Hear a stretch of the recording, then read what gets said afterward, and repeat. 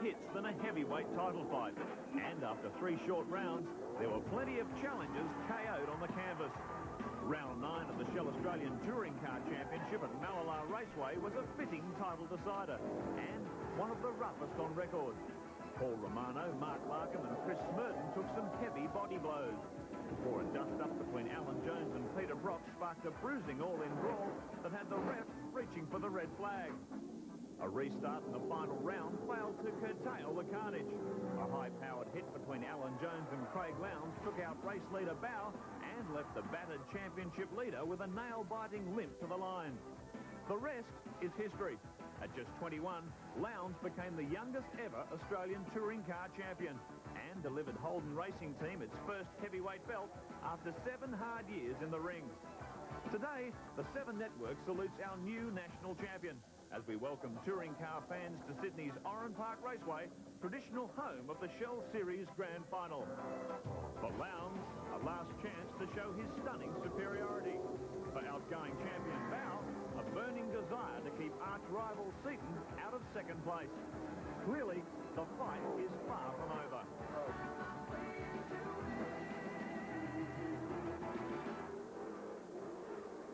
Yes, welcome to Oran Park for the Shell Series decider.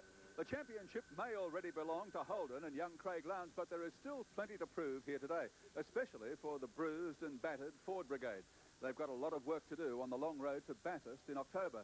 And speaking of long hauls, I think 36 years in broadcasting and motorsport certainly qualifies. So congratulations to Mike Raymond on his Order of Australia medal. Well done, top man. Veterans are having a top day, in fact, because Peter Brock is on pole position here for the final round at Oran Park.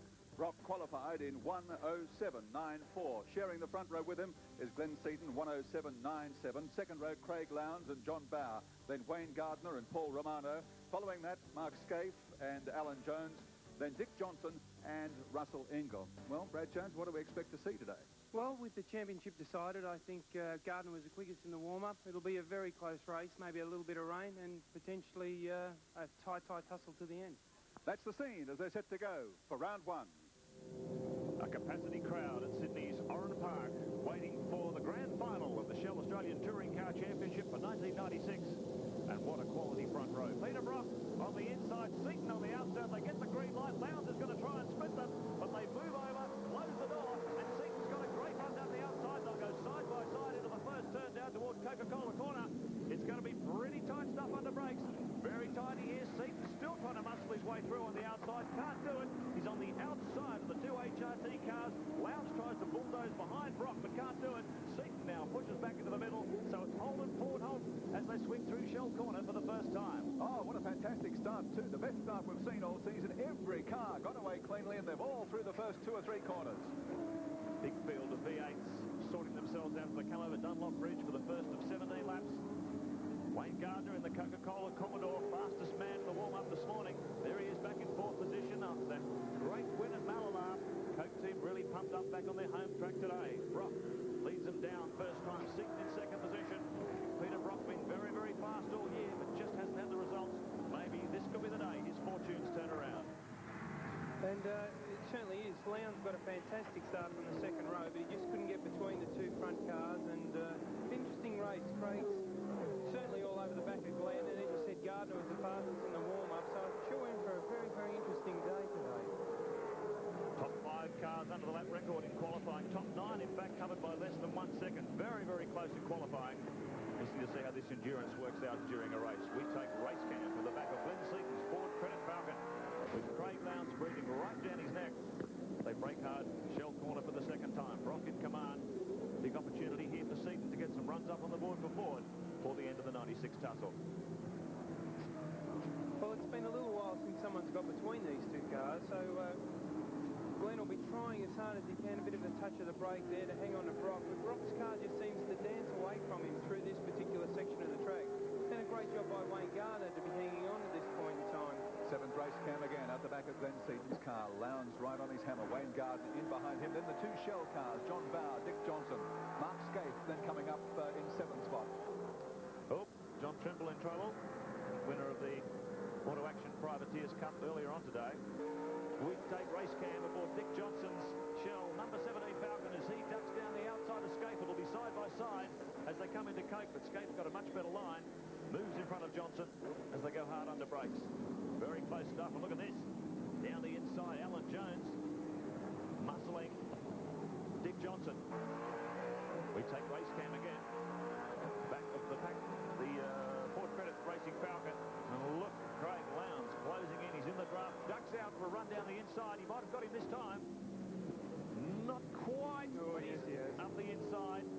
Positioned himself perfectly so Seaton couldn't counter-attack. Wow, that's a very fast part of the circuit, and to get by there cleanly is quite a move. It's pretty brave stuff. They're going through that kick at speeds in excess of 160 kilometres an hour. There's not a lot of room for error. And you can see Craig Lowndes' aggressive push through on the inside. Very clean. Well, Craig's got the championship wrapped up now, and, you know, the gloves are really off. He'll be off to beat Brock, and he's certainly putting a bit of distance between himself. All the cars, a bit of a head shake there. Putting some distance between himself and Glenn Seaton at the moment. He's filling that car very hard. We take race cam. Alan Jones attacking Dick Johnson's Shell number 17 Ford. Look at Johnson coming back in the horsepower race down the main straight. But Jones, once again, well positioned on the inside of that corner. Move over and cover his territory effectively. Johnson goes back a position. Look at Stephen Richards now. He's coming up for his taste of the action. He's got Paul Romano up behind him. And a pack of Castrol cars. Great battle this. Oh, round the outside. Fairly brave move. Richards, the only privateer, in fact, running Bridgestone tyres. It looks like there's a little bit of smoke. They could have rubbed there. Puffing from the right rear tyre of the Valvoline Commodore. Not there now, but just looked like he turned through that corner. May have been a little bit of body contact. We'll monitor that. We'll know when he goes around a left-hander and see how much smoke comes off that side of the car then when it's loaded up. Coming up at the mid-race distances, the battle for 7, 8, 9 and 10, and parked in behind there, well not parked, but in behind these guys, we've got all three of the Castrol cars, Ingle, Perkins, Longhurst. Yep, he certainly scraped that tyre up. We can see the smoke coming off there now. I don't think it's anything to worry about, just a pretty gentle rub, but the tyre is going so fast in the wheel well, it certainly looks like it's quite a problem, but I think he'll be okay. There's not that many left-handers on this circuit. Should be interesting to watch the progress of this car at Mount Panorama in about 3 months' time. Jim Richards, Stevens, will be joining them for that race. Should be quite interesting to watch their progress. Here's our race leader, Peter Brock. 9 laps completed in 0.5. Lowndes comes up behind him. Looks like the old HRT story once again. Glenn Seaton hanging on in 3rd position. Wayne Gardner in 4th. And John Bowe in 5th position. On Witness with Jana Bent, the hidden tourist trap. They're meant to be holy people, and you don't think they're going to go around killing people. Monks who prey on backpackers instead of Buddha. Greed and lust tend to go hand by hand. Guilty of rape and murder, plus the fish and chips politician. I'm Pauline Hanston. Outspoken, politically incorrect, I don't believe it's racist. yet responsible for one of Australia's biggest electoral swings. Absolute ignorance. Witness, 9:30 Tuesday. Sunderland Street Auto Wreckers, and they won't be beaten on price.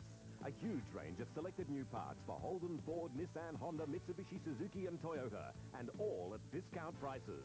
New headlights, taillights, grills, panels, mirrors, bumper bars, blinkers and door handles. Now's the time to buy, and Sunderland Street Auto Wreckers won't be beaten on price. They try harder. Discount prices on new parts, and the range is enormous. See them, Sunderland Street Auto Wreckers, 86 Sunderland Street, Derwent Park. Karcher, the world's largest manufacturer of high-pressure cleaners, offer more. The widest range of machines, suitable for every cleaning problem. World-leading technology and dependability. Plus, statewide after-sales service by our factory-trained technicians. And all from a company with over 60 years' experience. So, whatever your cleaning needs, call the name you can rely on.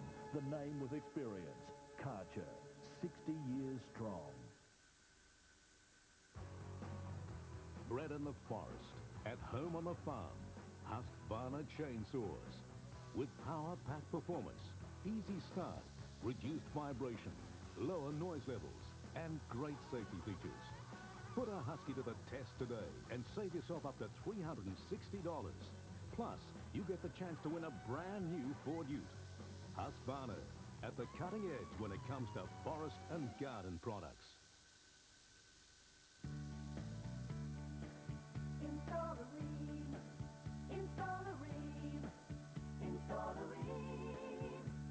For the hottest of hot water you've ever seen.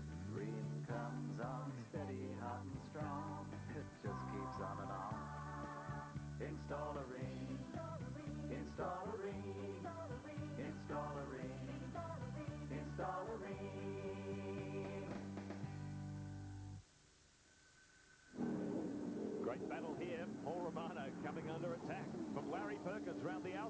they come onto the main straight. Perkins has to pull away a fraction. As Romano, you can see some battle damage on the front left corner of the pack leader Ford. Perkins doesn't relent. Gets in behind him. He's got Tony Longhurst breathing down his neck. And while all that was happening, Stephen Richards has got past Dick Johnson as well, so there's plenty of moves happening here. Plenty of cut and thrust in the field as we take race cam out of the front spoiler of the Castrol Commodore. You couldn't be any closer than that, Larry. Oh, a couple of taps there. Well, Larry definitely means business here. And he's got Longhurst down the inside. Side by side through Shell Corner. He continues to attack the back of the pack leader Falcon as we take 7 Sport race cam once again. Swinging up toward the bridge, a little bit of oversteer there as Romano tries to get the power to the ground. Feeling the heat of the Castrol Commodore as they swing under here. Down toward Foster's Dip once again. Building up to 140 kilometres an hour as they fling these 1.3-tonne V8 monsters through. Look how much road Romano's using there as he wrestles this car around this very demanding circuit. Out of Momo Corner, building up to 160 kilometres an hour as they come over the dogleg.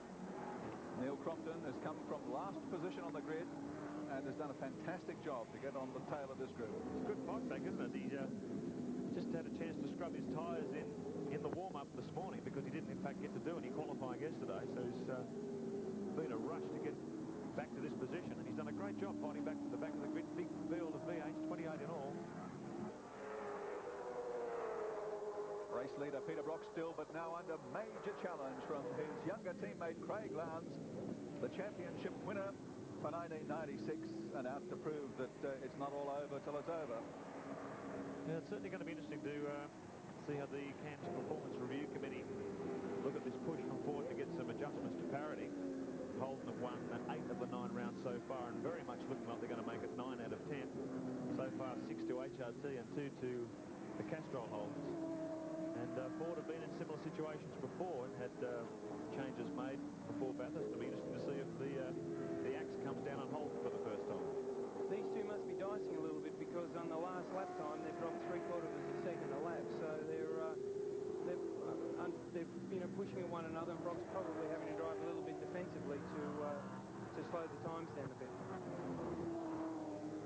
Glenn Seaton still in 3rd spot, but he's under threat now from Wayne Gardner in the number 4 Coca-Cola Commodore. Well, there's no doubt about it. Wilco Seaton has been lapping slower than Gardner the last few circuits. He just put a 1:10.34 last time around. Gardner at 9.85, so he really is closing the gap. It's a visual gap now as he hones it on the back of the Ford Credit Falcon. Very tight battle here for 3rd and 4th. I think we've only got 2 laps remaining when they cross the start-finish line this time around. So an absolute crushing demonstration of what we've seen all year from Holden Racing Team operating in another class. And the other guys are going to catch these cars at Bathurst. They've got a lot of work to do. I remember someone telling me before, there's no way in this modern form of 5-litre racing you could have a car or team winning by 3 or 4 laps like the old days.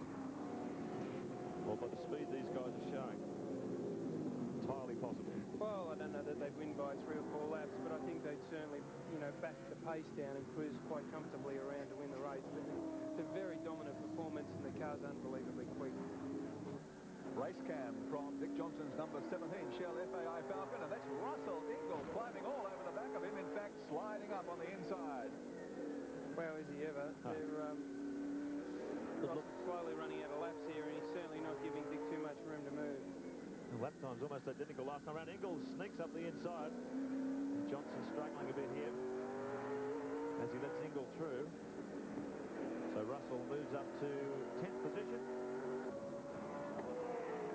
Just 1 lap remaining now for the Holden Racing team. Peter Brock is in front, Craig Lowndes running 2nd, and it looks for all the world that's the way they're going to finish, because they've got a big gap still on Glenn Seaton and Wayne Gardner. And this is just heat 1, but it just again demonstrates the superiority that the Holden Racing team have shown all season.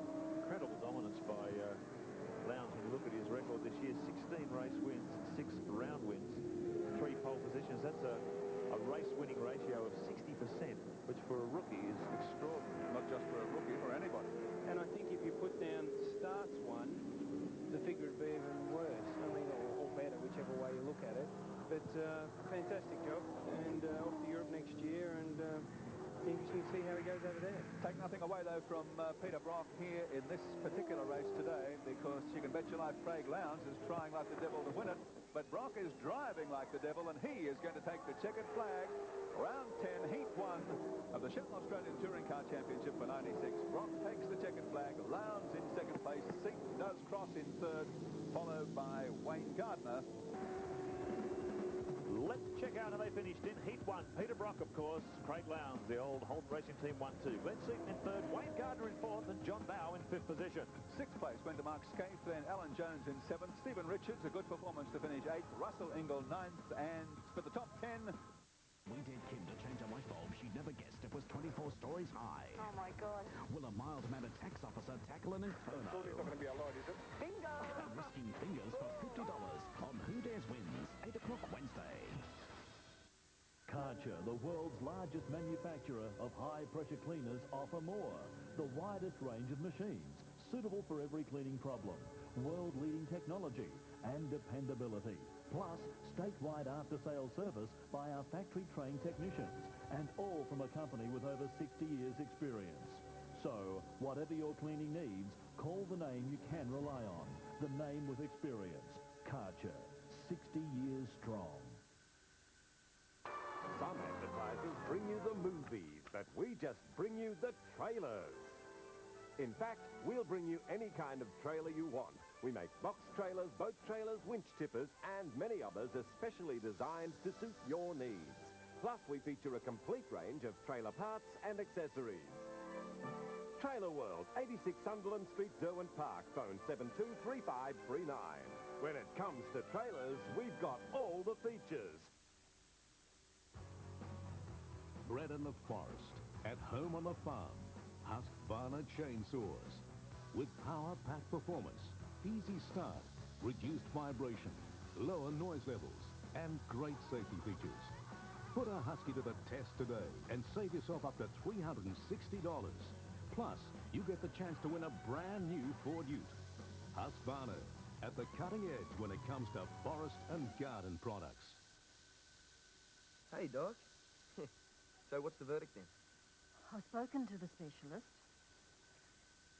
You're going to need the ligaments in your knee repaired. So, how long before I can compete again?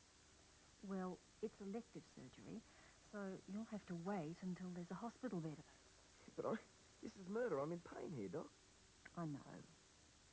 So, how long do you think, Doctor? It could be months.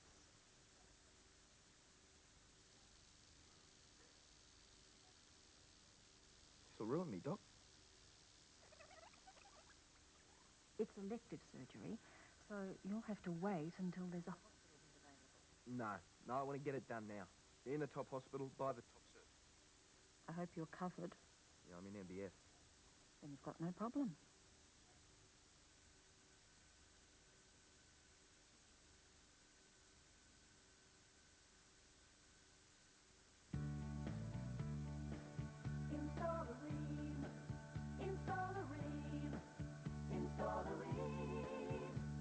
For the hottest of hot water you've ever seen. Green comes on, steady, hot and strong.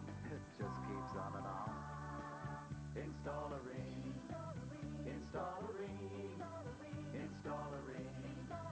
Install a ring. Monday. We walk through and door shut. It's Tim having his career before his marriage. Your little Binford wind-up wife. Binford doesn't make a wind-up wife. Jill's found the answer. On Home Improvement, 7:30 Monday on Southern Cross.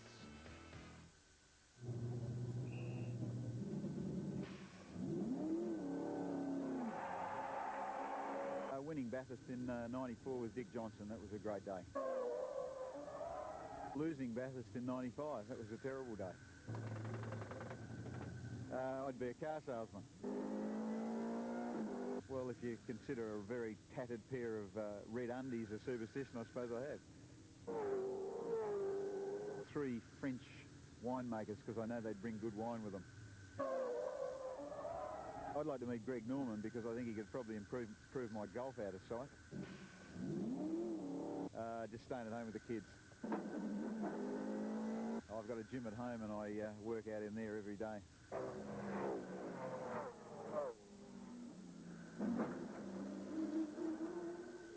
You're in the best seat in the house on 7 Sport. Welcome back to Oran Park. That was John Bowe. He's vying for second. A man vying for third, and on pole position, Peter Brock. It's still a mathematical chance. It is still a chance.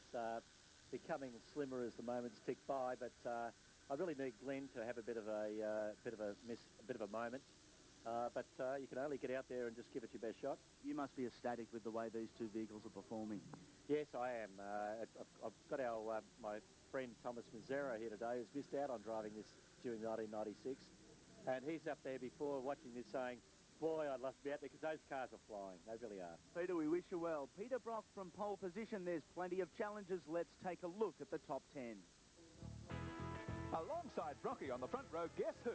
Craig Lowndes. Second row, Glenn Seaton and Wayne Gardner. Out of row 3, John Bowe and Mark Scape in the Gibson Commodore. Alan Jones and Stephen Richards out of row 4. And completing the top 10, Russell Ingall and Dick Johnson. It's cold at Oran Park. Weather threatening. A few spots of rain falling. Set to go. Heat 2, round 10. The Shell Australian Touring Car Championship. Brock on pole. Lowndes away they go. Good start for Brock. Lowndes just bogs down a little bit. Seaton comes through easily into second spot. Look at Gardner down the outside. John Bowe. Dick Johnson there's up the inside trying to get a run there. Gardner posted out wide as they come in the turn. Brock, a brilliant start again. Oh, bit of fisticuffs there between John Bowe and Craig Lowndes. They both survived that corner, but it got pretty physical as they turned in there 3 wide, some of them. Turning through Coca-Cola Corner, the first time under Dunlop Bridge, down towards Shell for the first time. Big pack of V8. You can see some of these windscreen wipers going. It is starting to spit rain here. Assume these cars are all on slick tyres, so it could get very, very nippy. Oh, a little nudge there from the Shell car of Bowe. Dick Johnson, meanwhile, his teammate in trouble. He's gone right to the back of the field. So plenty of aggression and bump and grind in this opening half a lap. We take race cam with the Ford Credit Racing Falcon up behind Peter Brock. Glenn Seaton, a good start too. Off the second row, wiper going. You can just see those spits of rain on the windscreen. Could play a crucial role in the result of this heat if it continues. And at the moment, the rain wouldn't be bothering them so much with tyre grip. They'll be trying to get heat into their tyres so they got the grip. But the rain will be playing on their mind. 7th race cam, Dick Johnson. Let's see what happened to him on the first lap. Might have got a touch there, but he's off on the infield onto that grass. Better effort here off the start from John Bowe, who got shuffled right out of it in Heat 1, but he's making a good fist of this one. All over the back of Wayne Gardner's Coca-Cola Commodore as they come up onto the start-finish straight again. Got a camera shake there as he's thundering V8's really close to the wall. Here comes Lowndes down the inside of Seaton. He's well positioned for this corner. But Seaton's going to go side by side with him, and Lowndes just pops a wheel up in the ripple strips. Enough room there to squeeze through. Seaton gives him racing room, but right up behind car 15 as Lowndes pushes his way through. Customary position. Saw this in Heat 1, right up behind Brock, now in Heat 2. Old Racing Team, 1-2 at the front. Glenn Seaton in third position. Wayne Gardner now coming under increasing fire from John Bowe with Mark Scape right up behind the Ford.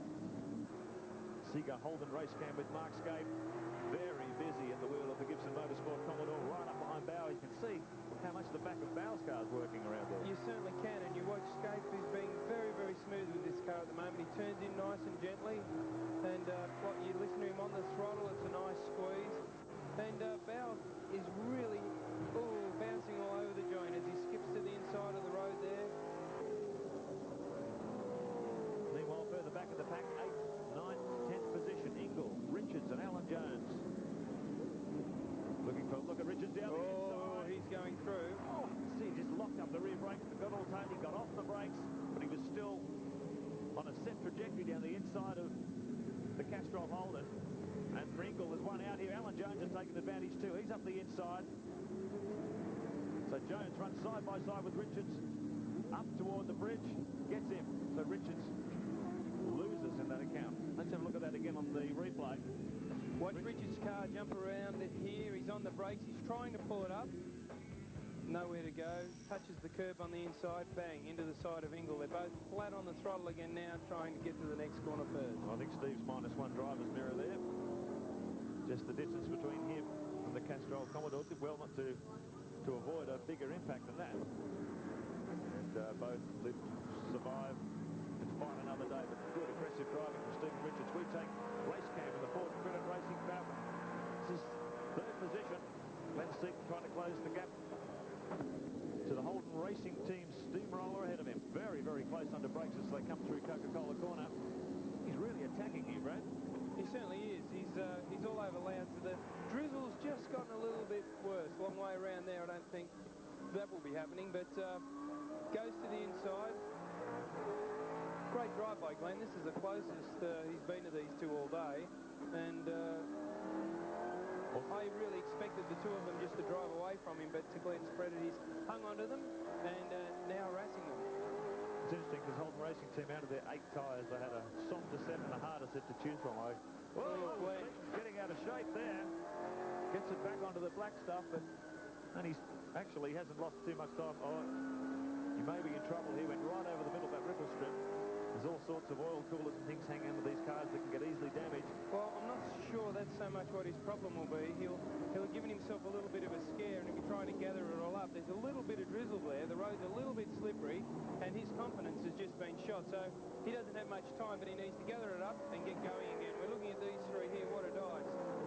Yeah, well, Seaton's going to fall back into the clutches of this trio very shortly. If he doesn't watch it, Wayne Gardner under a big attack now from John Bowe, lurking right behind the mark Scape. Scape goes wide. No way there at that corner, obviously, at the bottom of the main straight. Scape looking very competitive here as he has in the last 2 outings. Getting closer and closer to the front of the pack. Back at the front, Peter Brock continues to lead in 05. Craig Lowndes in second place. Seaton hanging on for third ahead of Wayne Gardner and John Bowe.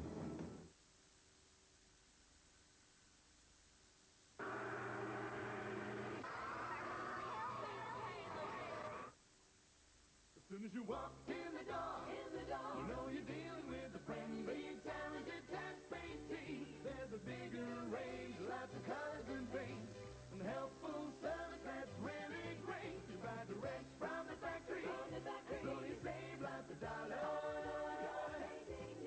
For paint made in Tassie, be sure you see the friendly, talented tax-paying team today.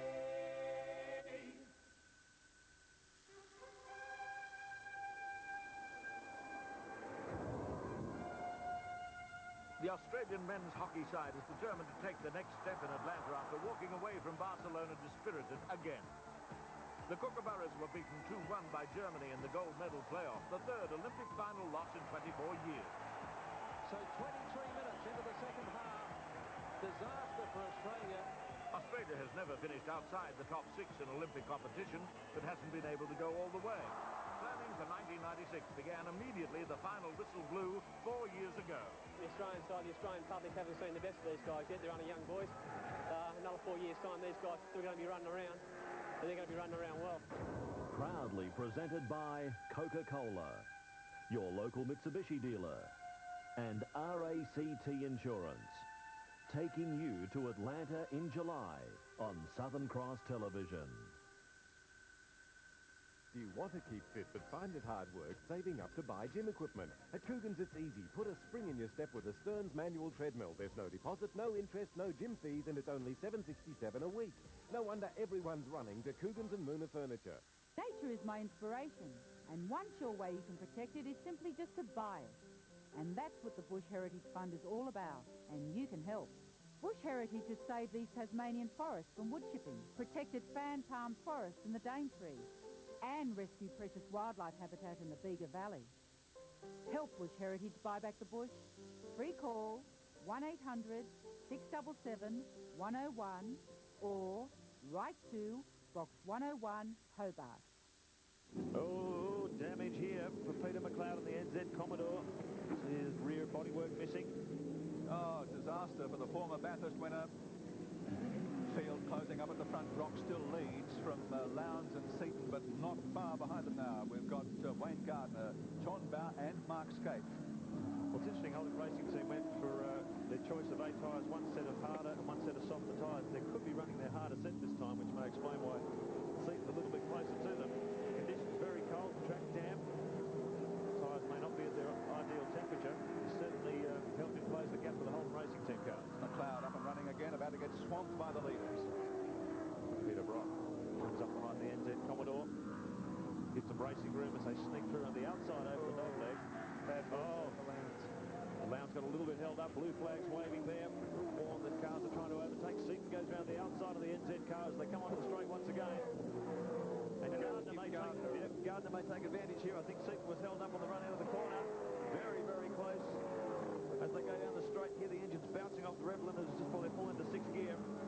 230 k's, braking hard down to about 180 k for that daunting sweeper.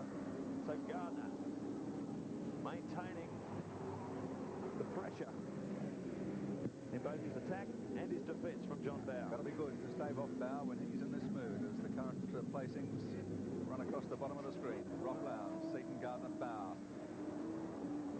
Like last time around, the three Bridgestone runners were down in the 1:09 bracket. Everyone else behind them in the 10s. Could have been lap traffic playing into their hands there. But this leading 6 cars very close in lap times, and we're 10 laps into this 17 lap past half distance. Take race cam. Larry Perkins, Castrol Commodore, he's running in 7th. Russell Ingall in 8th, Alan Jones in 9th. You can see them working hard, they're bouncing over the ripple strips. I guess driving these cars, Bradley, they're 1.35 tonnes. They've got about 550 horsepower. They must be pretty physical things to drive. Very, very physical cars to drive, especially in a place like Bathurst where you're in the car for an hour and a half or 2 hours. They, everything happens so quickly in them. You're always changing gears, braking, turning, and as you said, it's hot in there, 55 degrees, very, very physical. A day like today, it's a little more pleasant, but it's definitely hard work being in there. Larry Perkins started 12th position on the grid, and he's now up to 8th, 7th, in fact. Alan Jones closing in. Russell Ingall putting plenty of pressure here, looks down the inside. Have a look at the damage there from the touch with Stephen Richards on the left-hand side of the car. It's all fairly flat. Larry Perkins in 7th, Ingall in 8th, Jones in 9th. Stephen Richards just climbing onto the back of this pack.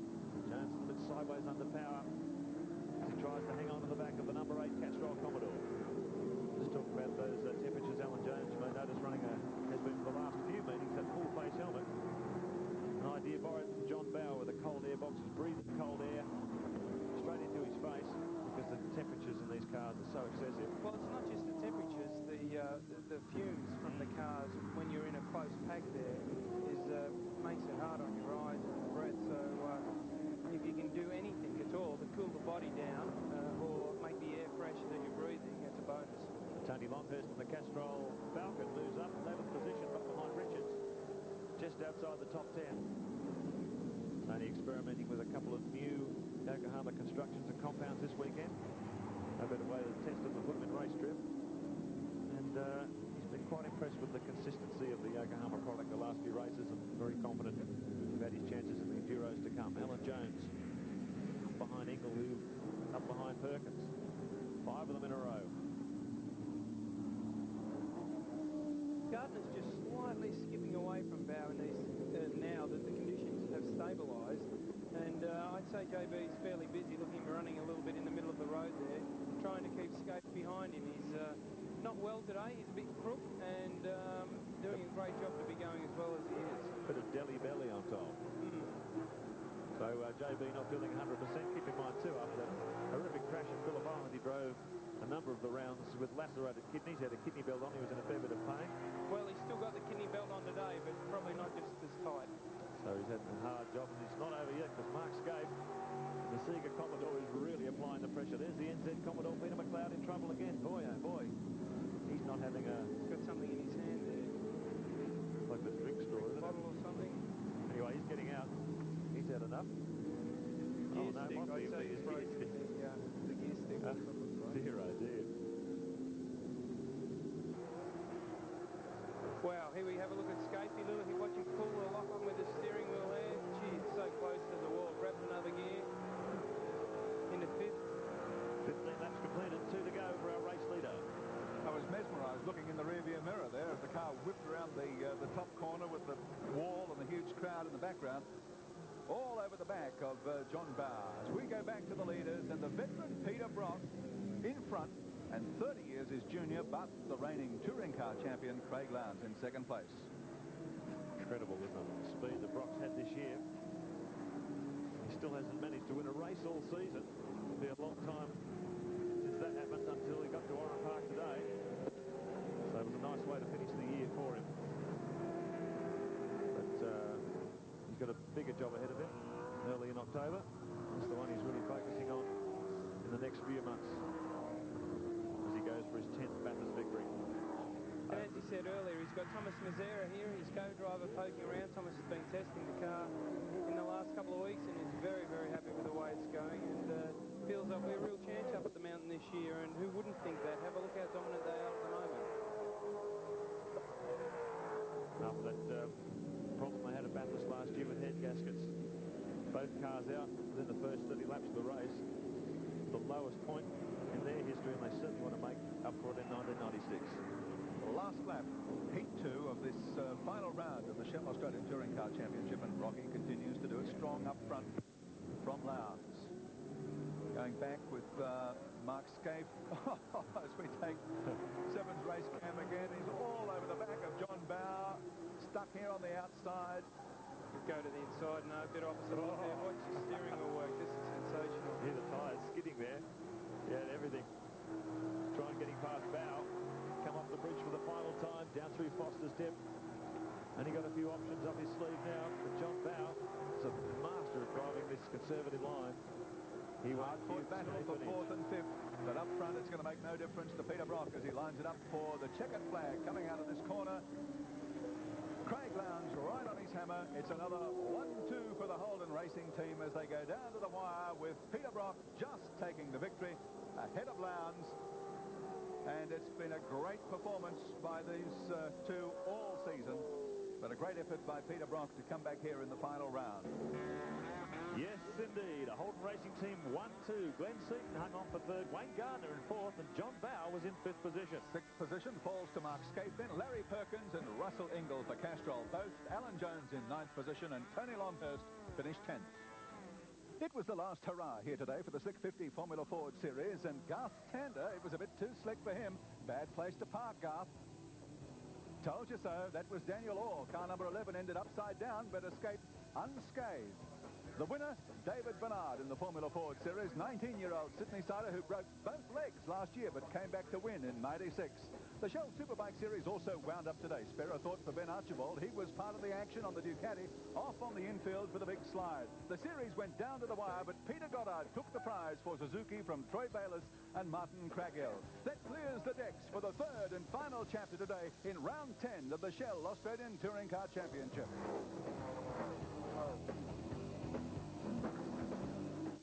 An 18-year-old mystery haunts a family. Come back to me. She is dead. Is she her lost daughter or a cruel hoax? It's all a lie. And a new cop hits town. Constable Dash McKinley reporting for duty. On Blue Heelers, 8:30 Tuesday. Your local gym is always on call to clean those gutters, prune those trees, hedges, edges, mow the lawns, big or small. Remove that rubbish clutter, while all you do is call Jim's Mowing. One Tasmanian tiger of 18-carat gold with 9 garnets and sapphire worth at least $7,000. Wrapped in silk, placed in a beautiful ceramic pot and buried somewhere in Tasmania. All the clues to its whereabouts are contained in this superbly illustrated tale of Tasmania by Marion and Steve Isham, priced at just $12.95. Obtain your copy by ringing 1-800-245-999 or from Artifacts, 77 Salamanca Place, Hobart. Will you be the one to find the tiger? Soft Moves, the new and exciting soundtrack for your modern lifestyle.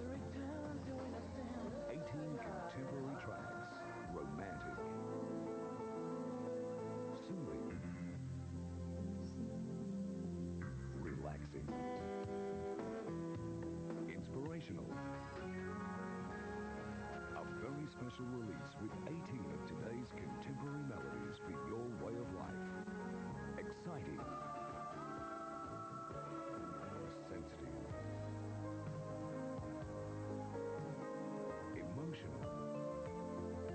Soft Moods with 18 of the most haunting tracks ever recorded. Memorable. Sensual. Uplifting. Soft Moods, the perfect soundtrack for your way of life, out now from Startel.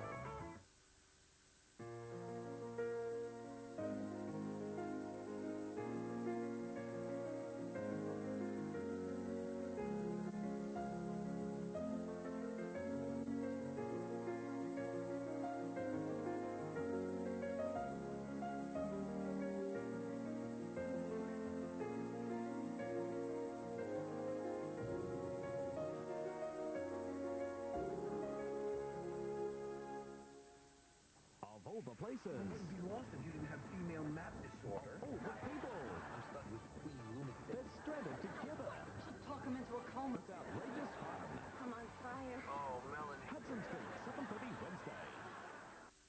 You're with 7 Sports, the Olympic network, bringing you the 1996 Atlanta Games, the 1998 Winter Olympics of Nagano, Australia's sporting events of the century, the 2000 Sydney Olympics, 2002, the Winter Olympic Games from Salt Lake City, the 28th Olympiad Summer Games in 2004, the Winter Olympics of 2006, and in 2008, the Summer Games of the 29th Olympiad. Well, it's been an Olympian performance by Holden Racing for the 1996 Shell Australian Touring Car Championship. Brock and Lowndes on the front row for the final hurrah here at Oran Park. Glenn Seaton, Wayne Gardner share row 2. Row 3, John Bowe and Mark Scape line up again. Row 4, Larry Perkins and Russell Ingall. And the top 10 include Alan Jones and Tony Longhurst. It's race number 30 of 30, the last race of the Shell Australian Touring Car Championship for 1996. That's our new champion, Craig Lowndes, and he'd like to go out a winner today. Gets off the line alongside his teammate Peter Brock. A good start from Lowndes, gets in front of the 05 Commodore, and will lead the pack down into Coca-Cola corner for the first time. I think it's Seaton in third position as the rest of the field sort themselves out into Coca-Cola. Brock has a look down the inside, but Lowndes in control. Seaton up there. Ingall leading Perkins through. First the Shell Fords in there too. A very tight pack, shuffling under Dunlop Bridge for the first of 17 laps. Oh, this has been the perfect start for Craig Lowndes. This is the way he wants to finish the series. He's been a dominant driver all season. He'd love to lead from go to woe in this final heat and take the checkered flag. Well, a bit of aggravation back in the pack there. One of the Shell Fords. I'm not sure whether it was Johnson or Bowe, but oh, look at Johnson. Gets very sideways as he gets the power on coming up the hill for the first time. And Gardner also a dreadful start. He's dropped back 3 or 4 positions. Well, Lowndes playing rear gunner for Brock in those opening 2 heats, no doubt, to try and get Brock up to third in the championship. That's out of reach now. Seaton is safe in third, so I'd say Lowndes will just streak ahead at the front of the field as he's done so many times this year. 16 wins out of 29 races. It could well be 17 from 30 by the time this is over. Gardner covers himself, tries to attack the back of Perkins' car, fight off Longhurst as well. Longhurst comes out from behind the Coke Commodore. Oh, right out of that corner. Gardner now is getting swamped by Scape as well. He may have a problem here. Well, possibly he missed a gear or something happened. You know, the speed difference isn't that much. Great move by Scape down the inside. Oh, around goes Longhurst. Yeah, there's Crompton. 2 Coke Commodores off that Coke corner, surprisingly enough. There's Crompton back on the field. But Tony Longhurst getting caught up in that tangle with Wayne Gardner. Battle damage to the front of Crompton's car. Longhurst looks like he's broken a bottom wishbone there or something. And damaged steering. Let's look at that on replay. Now, Scape comes firing down the inside of Longhurst. Nice move this. Longhurst comes across, and there's contact here between the Coke Commodore and Longhurst.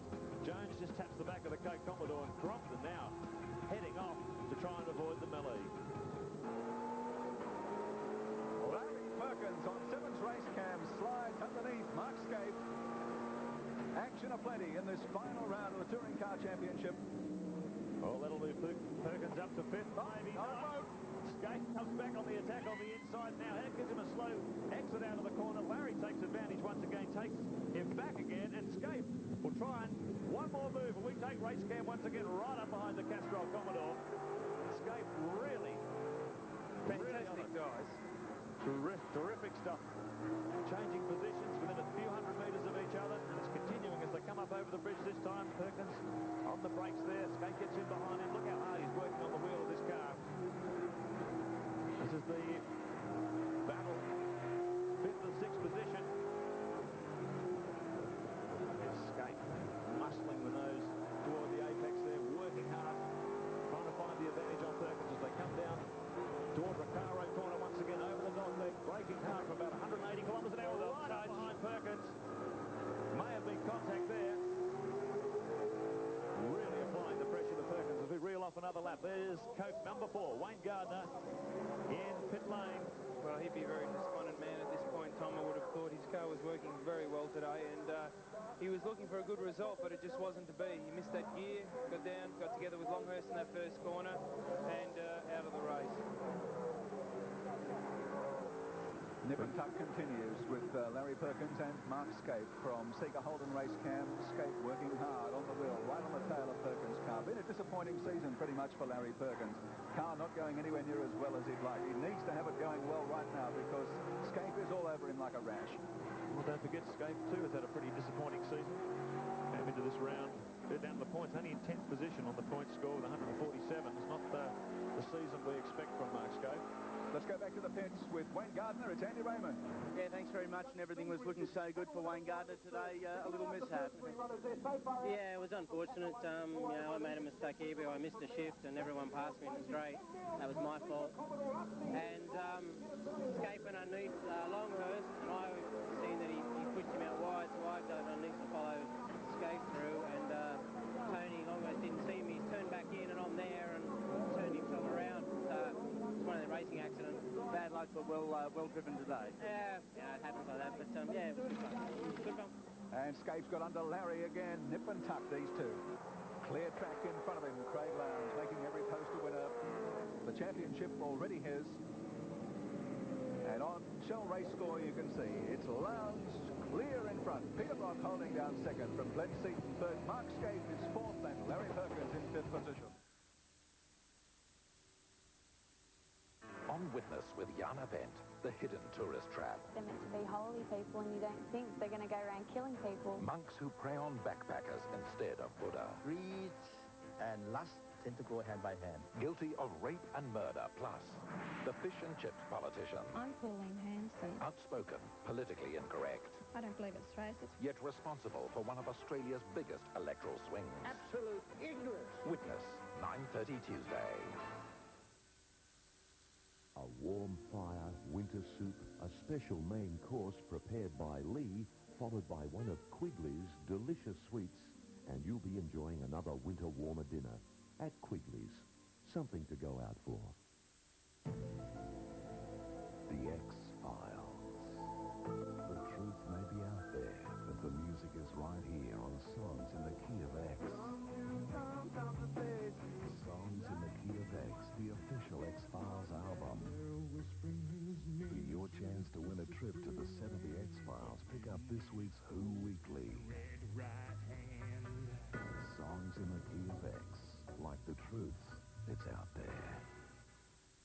Sometimes the most beautiful things can be found right on your own doorstep. Welcome to Hobart Mid-City Motor Inn, a comfortable, friendly hotel in the centre of Hobart.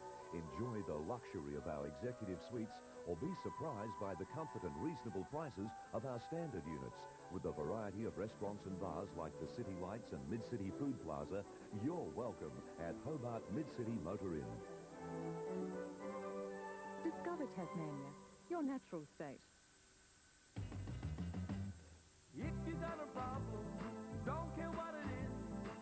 If you need a hand, we can assure you this, we can help. With RACT car insurance, your policy includes a protected maximum no-claim bonus provision, use of a hire car or alternative transport for 7 days if your vehicle is stolen, and even trauma counselling and legal advice by telephone. Let us help. Let us help you with car insurance. We're Tasmania's own insurance company. Call us 24 hours a day.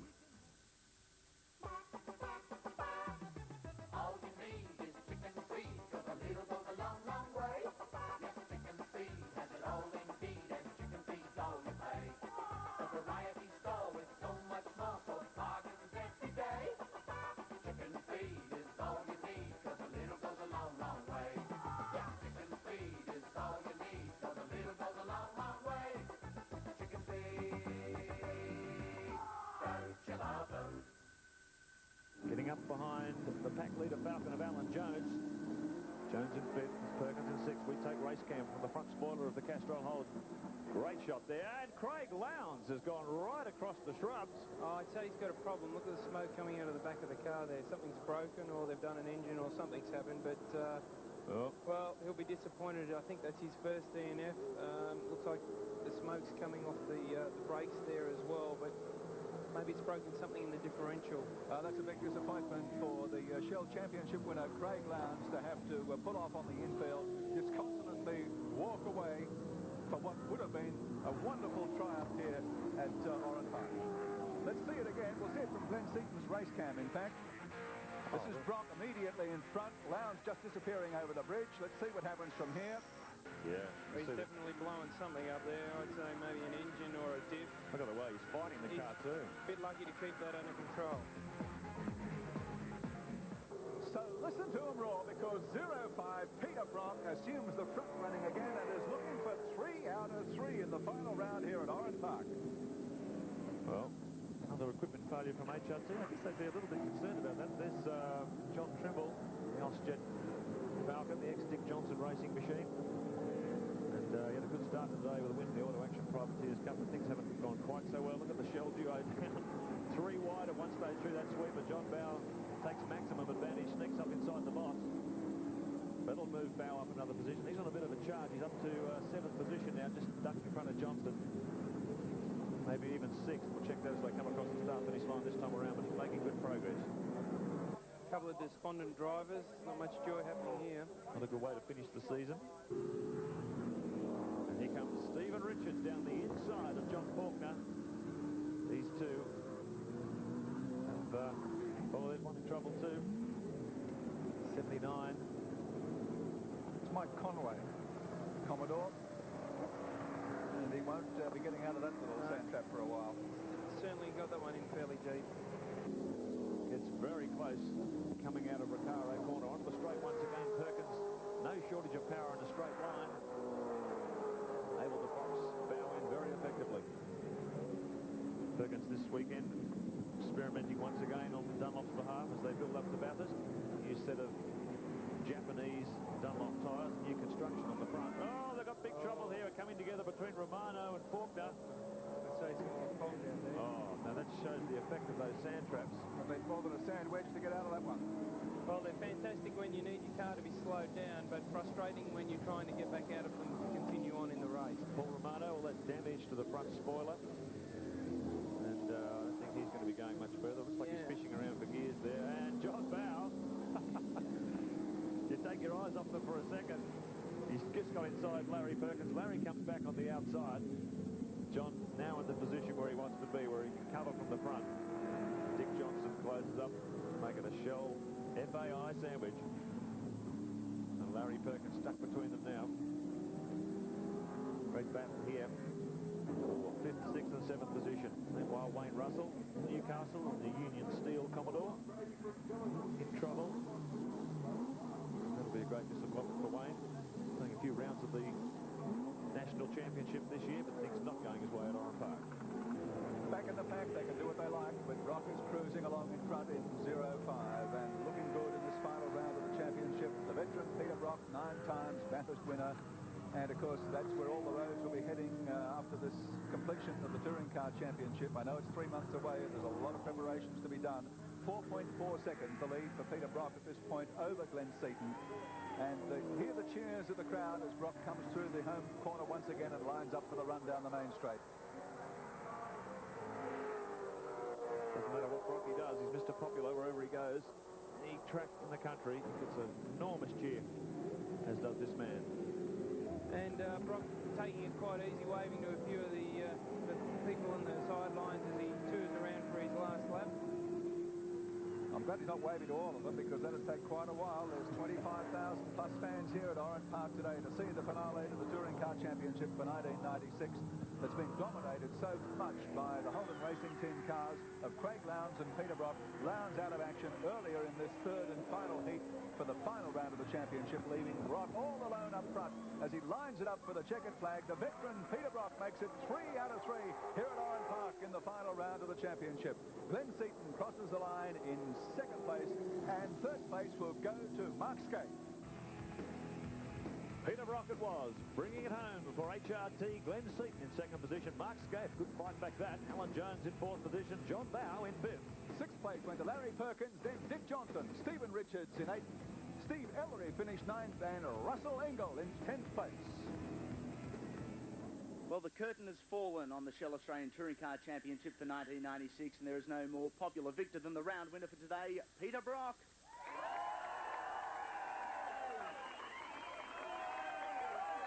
Peter, you always seem to save your best until the business end of the season. There's a certain motivation about this time of the year because one always remembers that Bathurst is just around the corner. Peter, congratulations on today's round. Thank you, and it was a fantastic result for the guys because with my car they've had a few problems, but today vindicated it all, so thanks guys. Congratulations, Peter Brock. The top privateer is in his first full season of racing. He's from exceptional pedigree, and he is our top privateer. Congratulations to Stephen Richards. Third place in the series overall, a new sponsor on the side of the Glenn Seaton car, and he certainly has done Ford Credit extremely proud. Glenn Seaton. Second place and the defending champion. He really is Mr. Consistency, and the top Ford on the podium, John Bowe. And after 10 rounds, 30 races across 6 states, the 1996 Shell Australian Touring Car Champion, 21-year-old Craig Lowndes. Ross Brodie from the Shell Motorsport Company presenting the winners' garland. And Craig, it has been a dream year. It has been a good year. It's a credit to the guys. They've been working very hard for a long time, and now it's all come together. We've got a great package with tyres, suspension, the whole works, so it's a tribute to them. And it's been a while between drinks for the team too. It has, and as Peter said, we're looking forward to Bathurst now. I've wrapped this up, and Peter's extremely looking forward to Sandown and Bathurst. 1997, do we know what it holds for Craig Lowndes yet? I'm not sure at the moment. I'll most likely be overseas, unfortunately, but I'll be back doing Sandown and Bathurst in the previous years. Craig, whatever you endeavour to do, we wish you all the best. Craig Lowndes, Series champion for 1996. Gary, a very popular winner. And just for the record, here's the final point score. Craig Lowndes at the top of the list. John Bowe in second place. Glenn Seaton third. Peter Brock finished officially in fourth place. And Larry Perkins finished fifth. A great celebration for Craig Lowndes. What a season it's been for the 21-year-old Shell Australian Touring Car Champion, celebrating in grand style. And with Holden Racing taking that kind of package to Bathurst with Craig Lowndes and Peter Brock, the opposition has every right to be worried. Of course, the Ford Brigade will be after a parity adjustment between now and then, and the way things are shaping up, they are going to need it. Well, that's our next motorsports commitment on the 7 Network. Bathurst on October 6th. It's going to be yet another great race. I hope you can join us for it. Don't forget.